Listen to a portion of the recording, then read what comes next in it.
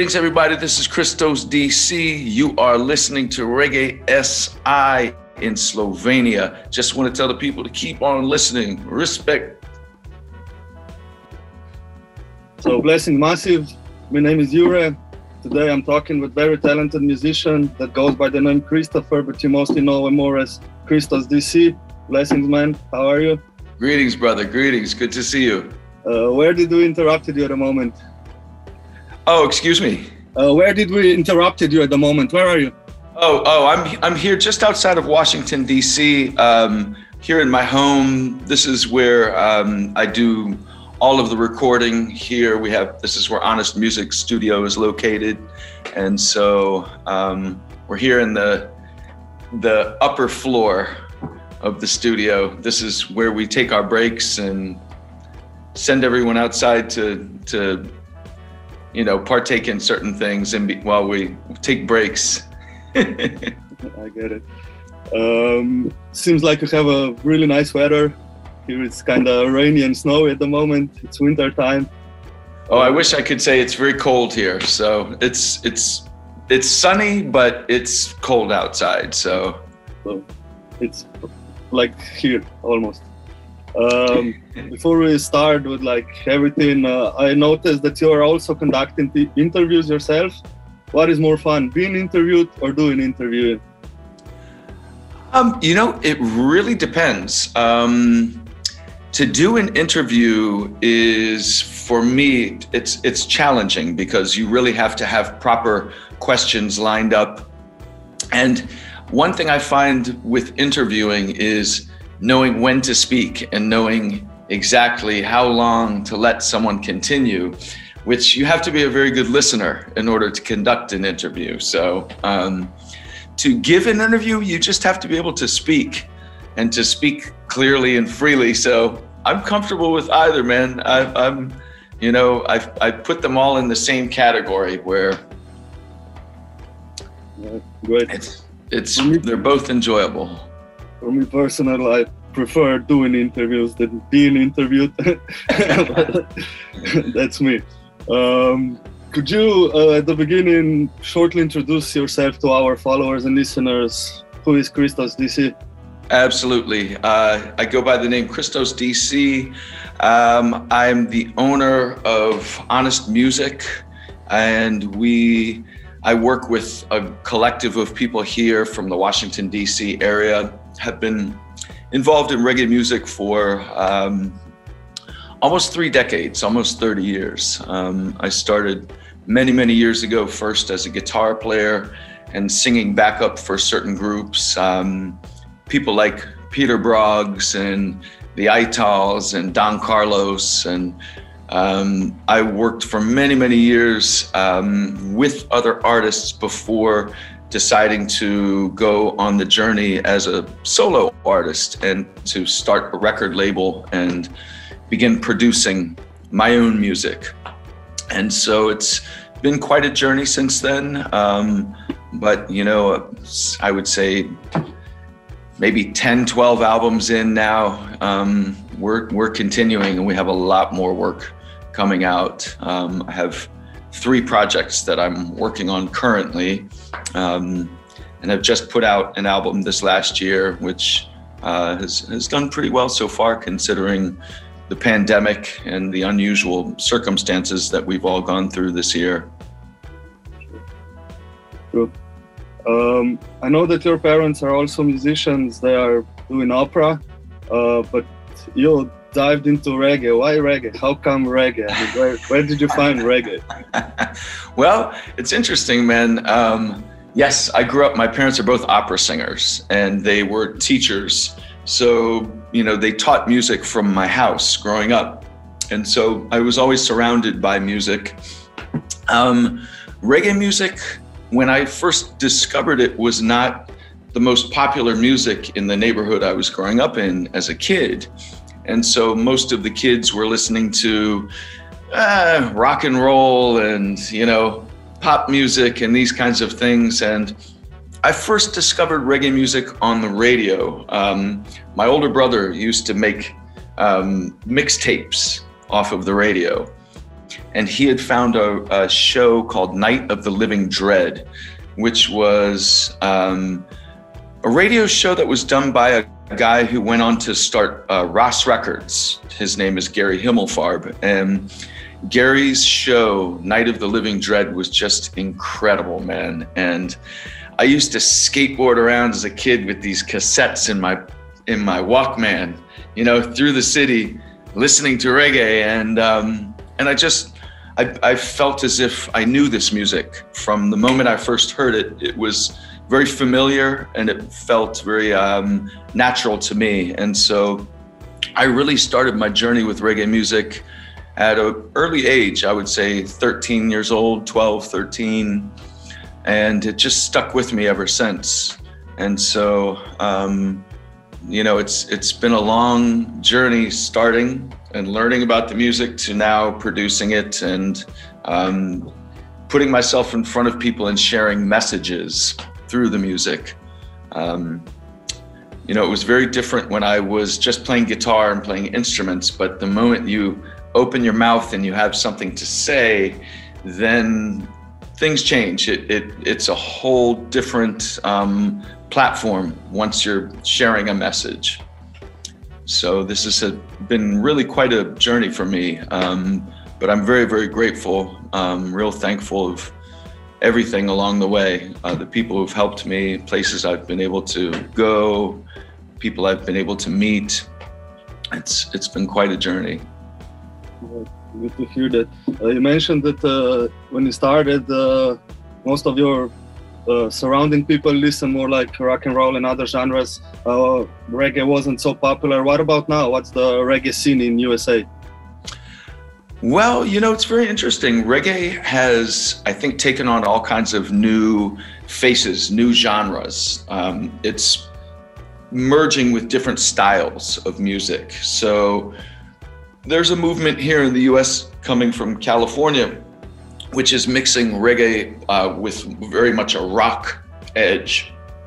You know, throughout the United States is such a big country. It's like when you go from state to state, it's like going from country to country.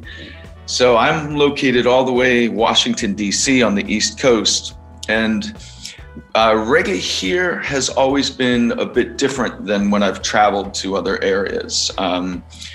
We used to have a lot of people that would come from Jamaica and through the Caribbean up through Washington to begin tours. So for me, I learned reggae and to play reggae amongst musicians and artists coming from Jamaica. So it was a very different experience for me, I think, than many other people who have, you know, grown up, say, wherever else, but their influences might have been different if they were learning with their friends from school or people they grew up with in a community.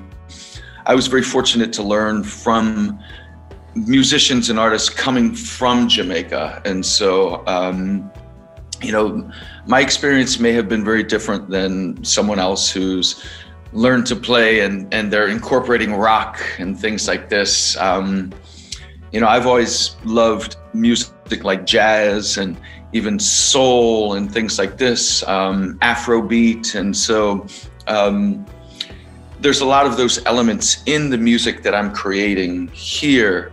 You may hear jazz elements because I'm working with a lot of jazz musicians who they have a certain way of expressing themselves. And so that's become a bit of a part of my sound. Sure. 2021 marks, what, 13 years since your first album, Time to Rise. After all this year, like you said, this year you released your sixth, if we don't count dub versions. Yes. Chrisis 2.0. What's the inspiration behind it? You already mentioned it shortly, but... Oh, Chrisis was an interesting project for me because I had just released an album called Self-Evident, and within a month, everything shut down and we went into lockdown. And it was a very interesting time here as well as all over the world, where people were all confined to our homes. We were very restricted in going out anywhere. And so thankfully I have a recording studio here. So I just went to work, and this album just came out during this period. And I feel like I was really writing about so many of the things that were happening at the time, talking about, the crisis in terms of COVID, but also here in the US, we were dealing with the Black Lives Matter movement as well. And so a lot of the messages are speaking about these things as well. And I feel like this album was a challenge in trying to express messages that were less personal and more about what's happening around me. I've always spoken as an artist from my own perspective, and my songs have always been very personal. So this album was a change because I was making more social commentary on what I was seeing around, as opposed to just talking about my own experiences. So, yeah, first of all, great album. Like you said, messages in it are really Give thanks, brother. I really appreciate it. Now even more important than ever, and how you integrate elements of other genres, really great. But I want to know about the title, Chrisis 2.0. Why 2.0? I mean, there's not 1.0 anywhere. That's a good question. Well, I wanted to say Crisis 2020, but 2020 just seemed a little long. I wanted to leave people guessing. There's something about making people stop and think, well, what does this mean? So, I try to do it with lyrics sometimes to make people guess, what does he mean by that? And so with the title 2.0 really means 2020. But it's my way of expressing the crisis of 2020. So good to know. You have me looking on Google like I missed an album or something. I wasn't really sure. Special hidden code, man. Yeah, well, now I know. Now I know. Well, on it we find 10 songs. Is there any you could point out, the one you really think that people should know it, the one that really stuck into your heart? Well, all of them. There's lines in some of the songs, and so sometimes it might be something in particular that's said in this song that really grabs me. I love the whole album, to be honest, I really do. I'm really grateful for the collaboration that I have, the one song with Nick Safakis from Ayaterra, as well as the Skankin Monks, who are from Amsterdam. I'm really pleased with that song. But I'm also really, really pleased with the video that we did for Chrisis itself. That video was special because I worked with a singer by the name of Puma Prata. He sings with Thievery Corporation, and he's also a photographer. So I reached out to him and asked if I could license some of his photographs, which were from the protests in 2020 all around. He was traveling around the East Coast and taking photographs at these protests. And these images, to me, are very, very powerful. And we were able to just take so many of them and put them together with the song, which to me gave the song new life. When you see this video, the video creates something new with these images that doesn't always happen with videos. And so I feel like that was a very special moment for the album. But all of them, I mean, there's one song called Distraction. I really love the message in Distraction because it's talking to people about, addicted to distraction. I'm talking about cell phones. I'm talking about computer age, where we can't stop looking at these little glowing boxes in our hands. And that's what I'm saying, addicted to distraction, creative dissipation, meaning your creativity just goes away because you're being fed images one after another, as opposed to thinking for yourself. It's almost like being programmed. I could run down the list. I think every song has something special about it, you know. We're also doing a rhythm album now from one of the songs, Opinion, on Chrisis. I've decided to take that piece of music and work with Kenyatta Hill from Culture. And Kenyatta Hill is the son of Joseph Hill, who started Culture many, many years ago.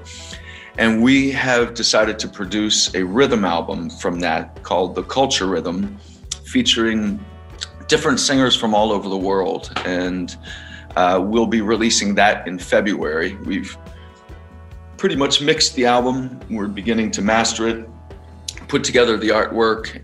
And so that should be ready, I would say, for release in early February. So that's a next branch, so to speak, from this album that has emerged. So, looking forward. Nice. I remember you from a performance you had in Slovenia, I don't know, 4 or 5 years ago. I was gonna say, you look very familiar, man. I think I met you. I don't think that we met, but maybe we passed each other in backstage or somewhere. We may have passed, because your face looks very familiar. So I feel like I've seen you before. Yeah. Do you have any memories on Slovenia, on that Overjam festival? I will tell you, Slovenia is one of the most beautiful places I've ever seen, man. Just the drive into Slovenia through these dangerous roads, going up and up. And then when you come into the town of Slovenia, these people parachuting over the town in these gliders was just incredible. But the festival itself was really great. I had such a nice time in Slovenia and felt like even the performance there was really great. I love the place where this festival is, in this big house and this big balcony where you can sit and watch. Really a special place, man. I hope one day to return, whether to perform or even just to see this incredible place again. Yeah. Welcome anytime. I mentioned that also because, like you mentioned before, you were performing there with Don Carlos. Yes. Great artists, true legends from Kingston. I was always wondering how a reggae artist from USA connects, works, and even becomes friend with such a legendary artist as Don Carlos. It's an interesting story. I met Don Carlos when I was 16, and he was my favorite reggae singer. And so I went to see him at a festival, and I brought a record. And I remember standing by the stage, and when Don came from backstage, he saw me standing there as a kid with this record, and he said, "Wow, what that, man?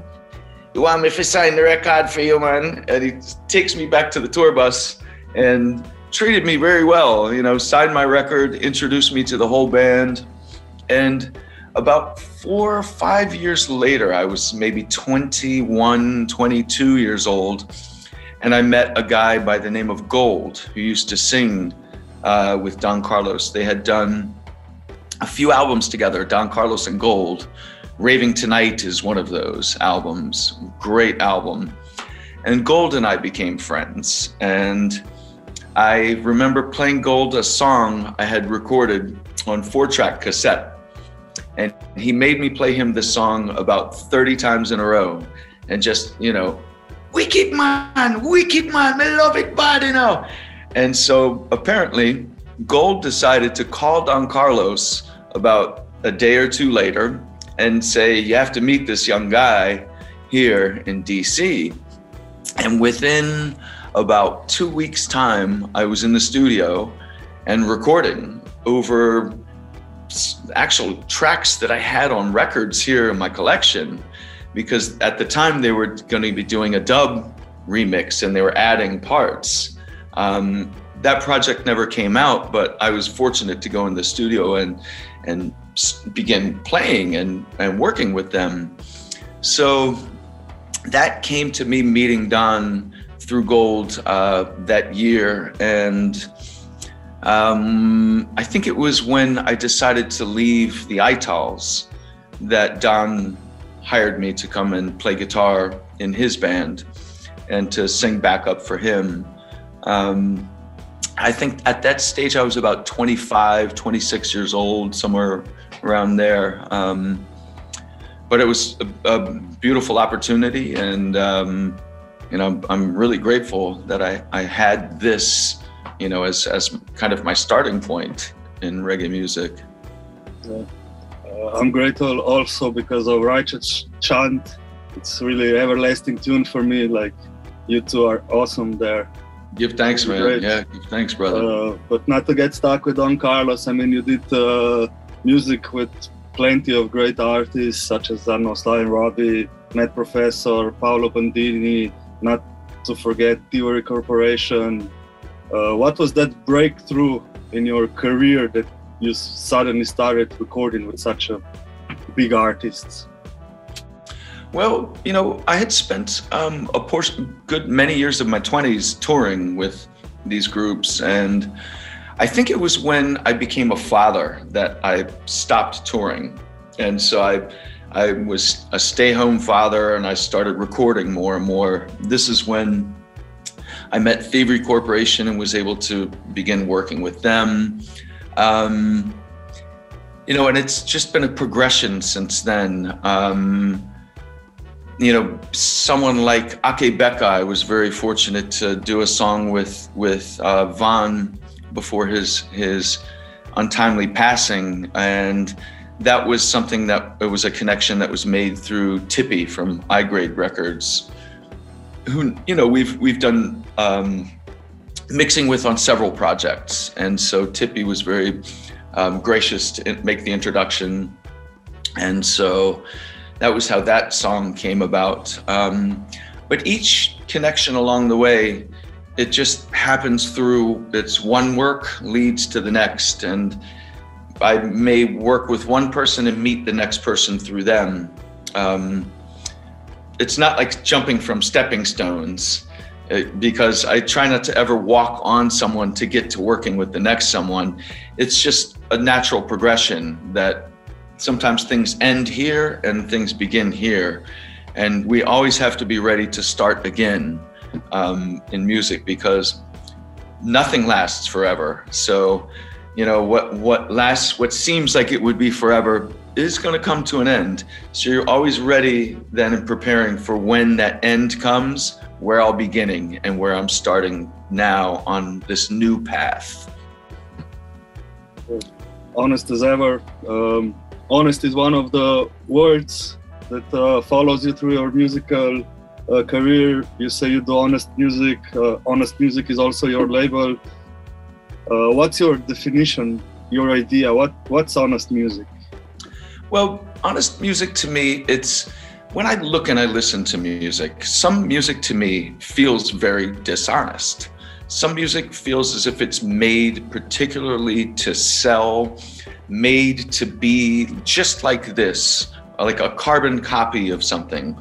To me, what honest music is a genuine expression of yourself, not what you want someone else to see, not what you think is popular or other people think is popular. It's a real honest expression. And there's a word in English, to be contrived. And when you contrive something, it's like you're already planning it before it comes out. You're following this map. And I don't want to make music this way. I want it to be just this natural progression. Sometimes you touch an instrument and something just comes out. To me, that's there's this magic in music. And if you allow it to happen, it just comes out. But if you try to force it, it becomes something else. And that's what I mean by honest music, is it's not forced or a copy of something. It's really trying to be a very genuine expression. Right. I could listen to you and talk with you for hours, but sadly, thanks, brother. Our time is up. love your energy, man. Love your standards of your production. It's really great. Give thanks, man. Looking forward for that next thing in February, we say. Give thanks. I wish you all the best. Stay healthy. Be blessed. Give thanks. We see you soon in Slovenia. Listen up. Can't wait. Can't wait. If that happens, I'm booking my interview with you now already. So we're gonna repeat this live. You'll be the first in line, man. Yeah, man. Till then, man, stay blessed. Give thanks, my brother. Followers. Thank you so much for having me, man. Yeah, followers, thank you for watching this interview. See you another time. Give thanks. And one more thing to say, there's much more music to come this year. We have the rhythm album in February, and then there's an instrumental album coming as well in the summertime, which is really special. So keep your eyes out for that one as well. Well, you heard it. Thanks a lot. Give thanks, my brother.